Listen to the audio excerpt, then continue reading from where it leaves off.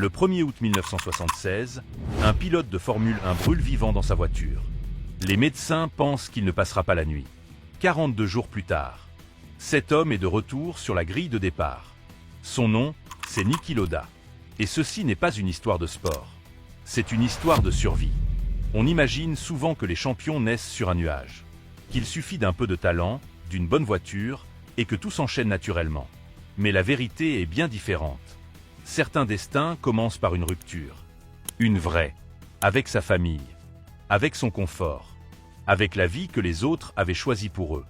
Niki Lauda, c'est exactement ça. Il naît à Vienne, en Autriche, le 22 février 1949, dans une famille aisée, liée au monde de la banque et des affaires.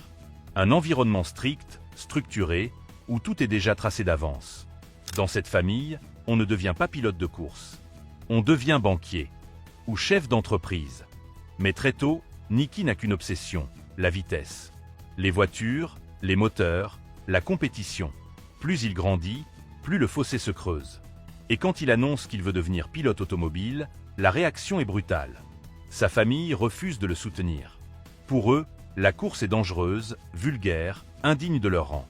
Niki Lauda se retrouve alors seul. Sans argent, sans filet de sécurité. Mais avec une certitude absolue. Il ne renoncera pas. La course automobile coûte extrêmement cher.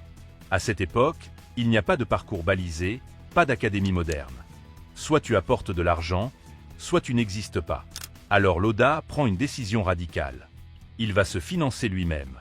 Il travaille, il emprunte, il contracte des prêts bancaires, parfois énormes. Il met son avenir financier en jeu à chaque saison. Il commence en amateur, puis grimpe les catégories une à une.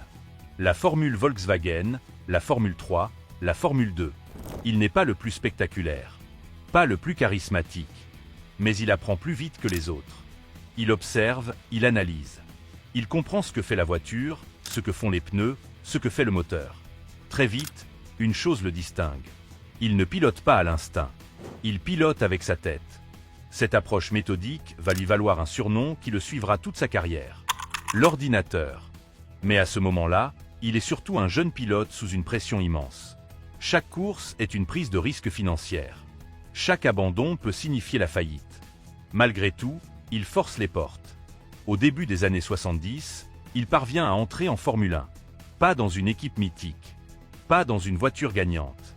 Mais il est là. Et là encore, il doit payer sa place. Une pratique courante à l'époque, mais qui ne garantit rien. Les résultats ne sont pas immédiatement éclatants. Certains doutent. Beaucoup pensent qu'il n'ira pas plus loin. Mais Lauda persévère. Il encaisse les dettes. Il encaisse les critiques. Et un jour, lors d'une course où il dépasse largement les attentes avec une voiture moyenne, quelqu'un remarque son nom. Quelqu'un qui ne choisit pas ses pilotes au hasard, c'est Enzo Ferrari.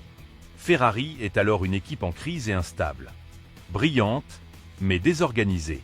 Et Lauda arrive avec tout ce que Ferrari n'est plus. Du calme, de la rigueur, une obsession du détail. Il critique la voiture. Il exige des changements et il dérange. Mais il ne parle jamais pour flatter son ego. Il parle pour gagner. Contre toute attente, Ferrari lui fait confiance. Du jour au lendemain, Niki Lauda passe d'un pilote endetté à un pilote officiel Ferrari. Dans le paddock, beaucoup ne comprennent pas. Il n'a encore jamais fait de podium en Formule 1. Mais Enzo Ferrari a vu quelque chose. Un cerveau, un travailleur et un homme capable de reconstruire une équipe. Lauda passe des heures avec les ingénieurs. Il transforme la méthode de travail. Il impose une discipline quasi militaire. Les résultats arrivent vite, très vite. Il gagne et il progresse. Il devient un prétendant sérieux au titre. Et en 1975, à seulement 26 ans, Niki Lauda devient champion du monde de Formule 1. Le fils rejeté de la bourgeoisie viennoise est désormais au sommet du sport automobile. Mais derrière ce succès, une vérité demeure. Rester au sommet est souvent plus dangereux que d'y arriver. Et en 1976, le destin va le lui rappeler de la manière la plus violente possible. La saison 1976 commence comme un rêve pour Niki Lauda. Il est champion du monde en titre. Il est en confiance, il domine. Course après course, il marque des points. Podium et victoire. Ferrari est redevenu l'équipe à battre. Mais cette année-là, un autre nom revient sans cesse, James Hunt. Deux hommes, deux styles, Deux visions opposées de la course. Lauda est froid, méthodique, calculateur. Hunt est instinctif, flamboyant, imprévisible. La Formule 1 adore cette rivalité. Le public aussi. Et pourtant, au milieu de cette bataille, un circuit fait peur à tout le monde, c'est le Nürburgring. Plus de 20 km de piste. Des virages aveugles. Des murs en pierre. Des zones sans aucune protection. Les pilotes l'appellent l'enfer vert. Quelques semaines avant le Grand Prix d'Allemagne, une réunion a lieu entre pilotes. Niki Lauda prend la parole. Il dit que le Nürburgring est trop dangereux. Il demande l'annulation de la course. Certains le soutiennent.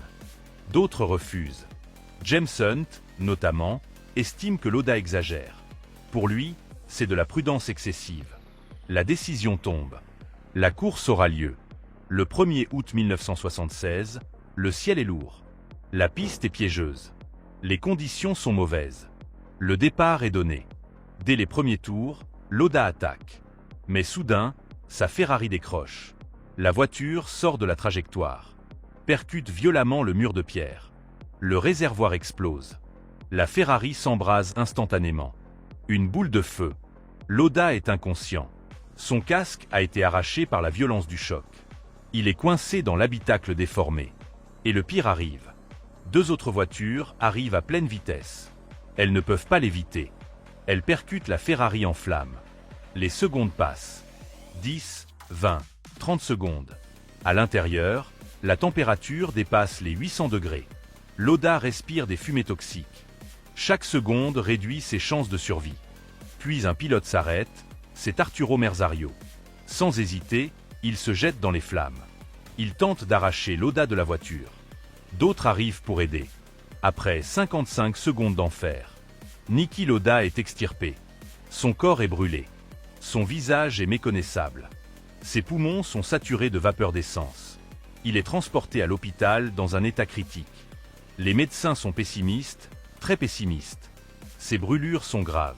Ses poumons sont endommagés. Il est plongé dans un état où chaque respiration est un combat. À son chevet, on parle déjà de la fin. Mais Lauda refuse de mourir. Sur son lit d'hôpital, il lutte. Respirer lui fait atrocement mal. Mais il respire encore. Jour après jour, contre toute attente, son état se stabilise. Il subit des greffes de peau, notamment au visage. Il a perdu une oreille. Ses cheveux ne repousseront jamais vraiment. Mais son regard, lui, n'a pas changé. 42 jours après l'accident, le monde de la Formule 1 reçoit une image irréelle. Niki Lauda est de retour. Visage partiellement dissimulé sous une cagoule spéciale. Bandage encore visible. Il se présente au départ du Grand Prix d'Italie. Dans les stands, personne n'en croit ses yeux. Comment un homme gravement brûlé, à peine remis, peut-il envisager de piloter une Formule 1 à 300 km/h? Certains pilotes tentent de l'en dissuader. Lauda est inflexible, il va courir. Sous les acclamations des tifosi, il prend le départ. La course est un supplice. Sa combinaison se gorge de sang. Les greffes souffrent sous l'effort. Mais il tient. Il franchit la ligne d'arrivée à une incroyable 4e place. À cet instant, Niki Lauda n'est plus seulement un pilote. Il est devenu un symbole. Mais l'histoire de 1976 n'est pas terminée. Car quelques semaines plus tard, sur un autre continent, sous une pluie battante, Lauda va prendre la décision la plus controversée de toute sa carrière. Et cette décision va diviser le monde de la Formule 1. Octobre 1976. Le championnat du monde n'est pas terminé. Après son retour miraculeux à Monza, Niki Lauda est encore en lice pour le titre. Mais le destin a une dernière épreuve à lui imposer. La dernière manche de la saison se déroule au Japon, sur le circuit de Fuji. Ce jour-là, un typhon s'abat sur la région. La pluie est violente. La visibilité est presque nulle. Dès l'échauffement, les pilotes comprennent que la course est dangereuse. Très dangereuse. Mais comme souvent à cette époque, le spectacle prime. La course est maintenue. Au départ, Lauda prend le volant. Il sait ce que cela signifie. Quelques semaines plus tôt, il a brûlé vivant dans sa voiture. Il a inhalé des fumées toxiques. Ses poumons sont encore fragiles. Son corps est encore en convalescence. Au bout de 2 tours, Lauda prend une décision. Il rentre au stand. Il coupe le moteur et il abandonne volontairement. Ce n'est pas une panne. Ce n'est pas un problème mécanique. C'est un choix. Il refuse de risquer sa vie une seconde fois pour un championnat du monde. La conséquence est immédiate. Il perd le titre. James Hunt devient champion du monde 1976. Dans le paddock, les réactions sont violentes. Pour certains, Lauda a fait preuve d'une immense lucidité. Pour d'autres, c'est une faiblesse, une trahison. En Italie, la décision est très mal vécue. Enzo Ferrari, homme de principe et d'orgueil, ne lui pardonne pas. Pour Ferrari, on meurt sur la piste s'il le faut. On n'abandonne pas. Lauda, lui, ne regrette rien. Il assume pleinement sa décision. Sa vie vaut plus qu'un trophée. Mais cette fracture marque un point de non-retour. La relation entre Lauda et Ferrari se dégrade et la confiance s'effrite. La saison suivante, l'ambiance devient lourde et pesante. À 2 courses de la fin du championnat 1977, une réunion tendue a lieu à Maranello. Les reproches fusent. On lui parle de loyauté. Il parle de respect. La discussion dégénère. Niki Lauda quitte Ferrari sur le champ. Pour beaucoup, c'est une folie. Quitter la Scuderia Ferrari, au sommet de sa carrière. Mais Lauda n'a jamais été un homme comme les autres. Il rebondit rapidement chez Brabham. Dirigé par un homme déjà très influent dans l'ombre de la Formule 1, c'est Bernie Ecclestone. Le défi est excitant, mais les résultats ne sont pas à la hauteur de ses attentes. Une victoire spectaculaire avec la fameuse Brabham à ventilateur apporte un sursaut, mais la voiture est rapidement interdite. La motivation de Lauda s'érode. Piloter sans pouvoir gagner ne l'intéresse pas. Alors, fidèle à sa logique froide, il prend une décision aussi brutale qu'inattendue. Lors du Grand Prix du Canada, en 1979, entre 2 séances d'essai, Niki Lauda annonce sa retraite immédiate de la Formule 1. Il quitte le circuit, monte dans un avion et rentre en Autriche. À seulement 30 ans, le double champion du monde claque la porte. Pour lui, c'est simple. S'il ne peut pas être compétitif, il préfère partir. Mais derrière cette décision se cache autre chose. Depuis quelque temps déjà, Lauda prépare une autre vie. Une vie loin des circuits, mais toujours dans les airs. Car Niki Lauda n'a jamais cessé d'aimer piloter. Simplement, il s'apprête à changer de cockpit. Quand Niki Lauda quitte la Formule 1 en 1979, beaucoup pensent qu'il a tourné la page pour de bon. À 30 ans seulement, il pourrait profiter de sa fortune, de sa notoriété, et vivre loin du danger. Mais Lauda n'a jamais fonctionné comme ça. Depuis plusieurs années déjà, il nourrit une autre passion. Une passion aussi exigeante que la course automobile, l'aviation. Pendant qu'il court encore en Formule 1, Lauda passe ses licences de pilote de ligne. Il apprend, il étudie et il applique la même rigueur que sur les circuits. Pour lui, piloter un avion ou une Formule 1 repose sur les mêmes principes. La discipline, la préparation et le respect absolu des procédures. En 1979, libéré de ses obligations sportives, il se lance pleinement dans ce nouveau défi. Il fonde sa propre compagnie aérienne, Lauda Air. Au départ, le projet paraît fou. Créer une compagnie aérienne quand on est un ancien pilote de course n'inspire pas forcément confiance. Mais Lauda ne se contente pas d'investir. Il s'implique personnellement. On le voit aux commandes des avions, en uniforme de commandant de bord. Piloter lui-même les Boeing 737 de sa flotte. Il veut comprendre chaque détail, chaque procédure, chaque risque. Lauda Air se développe progressivement. Des vols charters, une réputation de sérieux et une compagnie bien gérée. Pour la première fois de sa vie, Niki Lauda semble avoir trouvé un équilibre loin de la compétition. Mais la course n'est jamais très loin. Au début des années 80, le monde de la Formule 1 a changé. Les voitures sont plus rapides, les équipes plus professionnelles. Et quelque part, Lauda observe. Il ne court plus, mais il regarde. Il analyse. Et en 1982, contre toute attente, une rumeur commence à circuler. Niki Lauda pourrait revenir en Formule 1. L'annonce officielle tombe peu après. Il signe avec McLaren. L'accueil est glacial. Beaucoup se moquent. D'autres doutent. Lauda a 33 ans. Il n'a pas couru depuis 3 saisons. Il a pris du poids. Il a une compagnie aérienne à gérer. Certains médias avancent même des rumeurs financières, prétendant qu'il revient uniquement pour l'argent. Mais une fois encore, Lauda va répondre sur la piste. Dès sa 3e course, sur le circuit urbain de Long Beach. Il s'impose. La victoire est nette. Sans discussion. Sur le podium. Casquette rouge sur la tête. Le sourire est discret. Presque ironique. Le message est clair. Il est toujours là. Et ce retour n'est pas un simple barreau d'honneur. Il marque le début d'un nouveau chapitre. Peut-être le plus impressionnant de sa carrière. Car 2 ans plus tard, Niki Lauda va accomplir ce que presque personne n'imaginait encore possible. Il va redevenir champion du monde. La saison 1984 marque un tournant. Chez McLaren, 2 hommes se font face. 2 cerveaux, 2 champions. Niki Lauda et Alain Prost. Sur le papier, Prost est plus rapide, plus jeune et plus fluide. Lauda, lui, a autre chose. L'expérience, la régularité, la capacité à marquer des points quand les autres en perdent. Très vite, le championnat devient une guerre froide. Pas de cris et pas de provocation publique. Mais une tension permanente. Course après course. Les victoires s'alternent. Les écarts sont infimes. Chaque détail compte. Lauda ne cherche pas à être le plus spectaculaire. Il cherche à être le plus efficace. Quand Prost gagne, Lauda termine juste derrière. Quand Lauda gagne, Prost est là. La saison avance et le classement reste incroyablement serré. À l'approche de la dernière course, au Portugal, l'impensable devient réalité. Niki Lauda mène le championnat, avec seulement un demi-point d'avance. Un demi-point. C'est l'écart le plus faible jamais vu en Formule 1. Le jour de la course, Lauda s'élance depuis la 11e position sur la grille. Prost, lui, est mieux placé.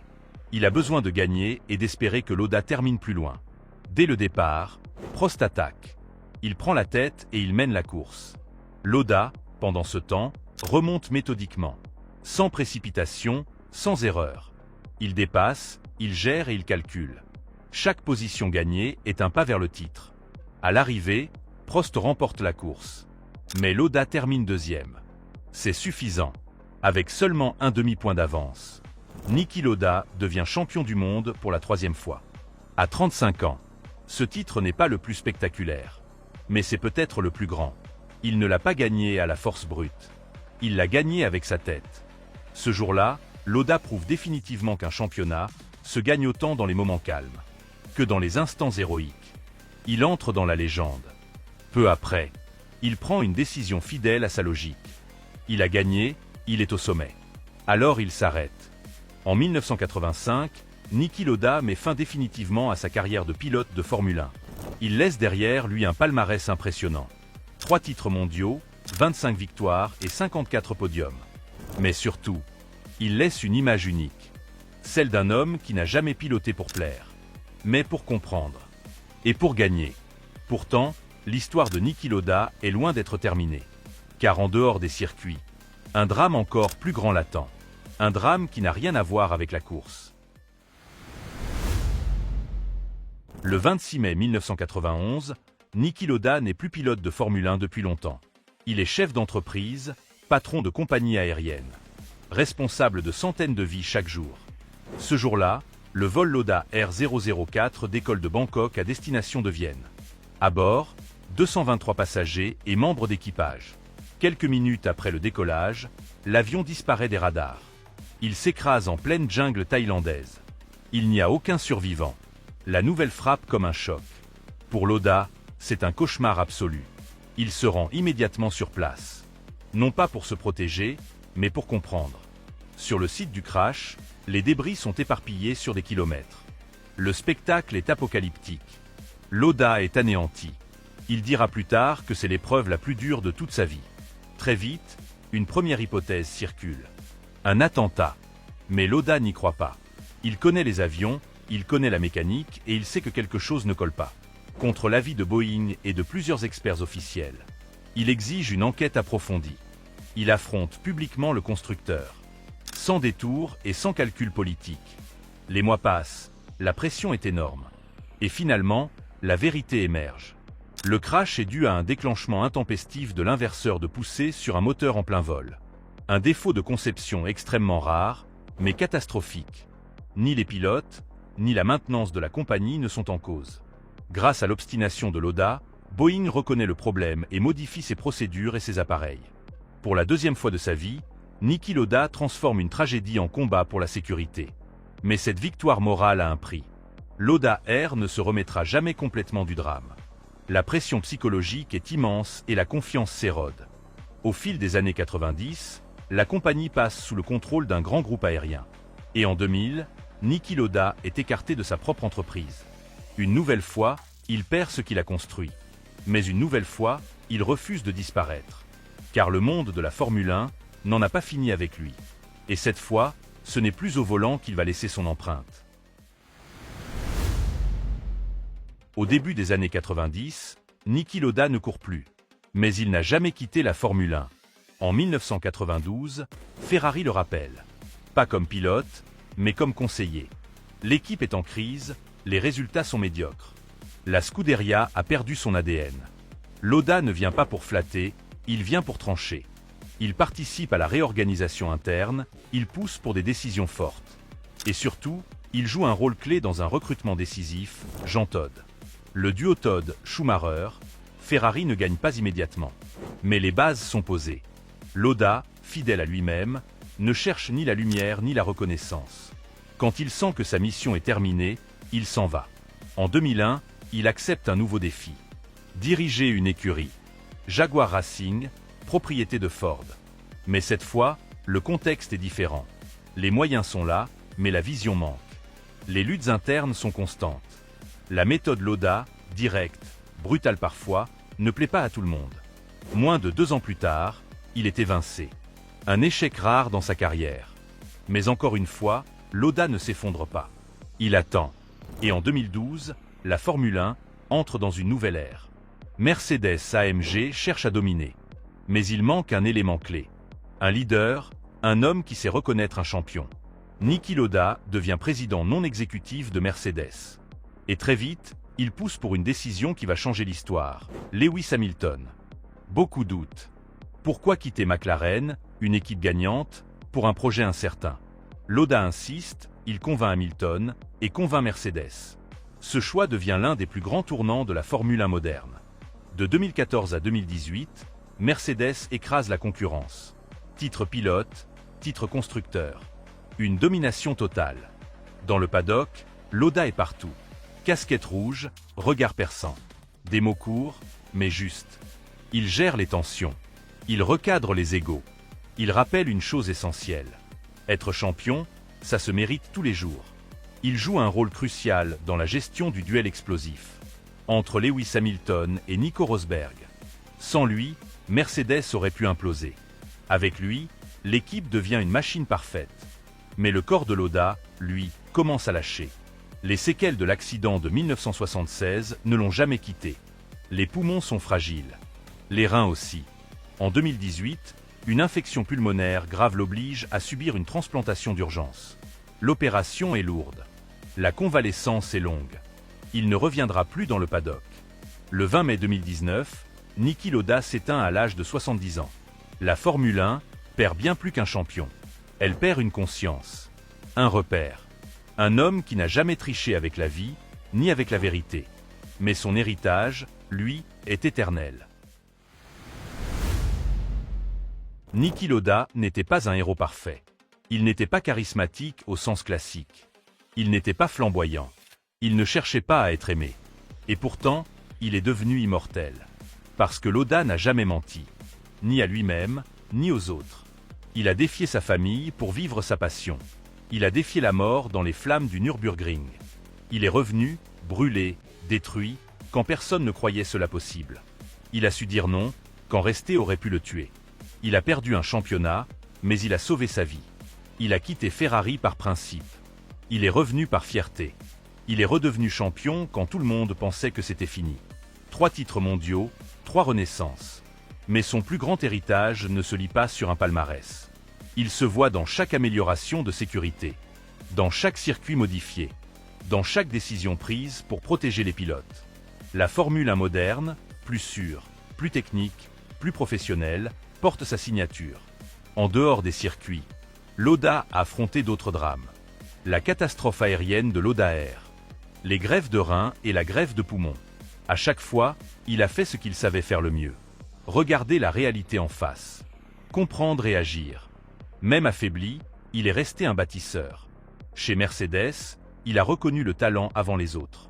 Il a façonné une dynastie. Il a accompagné une génération entière de champions. Quand Niki Lauda est mort en 2019, le paddock s'est figé. Rivaux, amis, jeunes pilotes, légendes. Tous savaient ce qui disparaissait. Pas seulement un triple champion, mais une référence morale. Un homme qui a prouvé que le courage ne consiste pas seulement à attaquer, mais parfois à lever le pied. Aujourd'hui encore, quand un pilote revient après une blessure, on dit qu'il fait un retour à la Lauda. Son nom est devenu une mesure, une limite et un symbole. Niki Lauda n'a pas gagné parce qu'il était le plus rapide. Il a gagné parce qu'il était le plus lucide. Et c'est pour cela qu'il ne sera jamais oublié.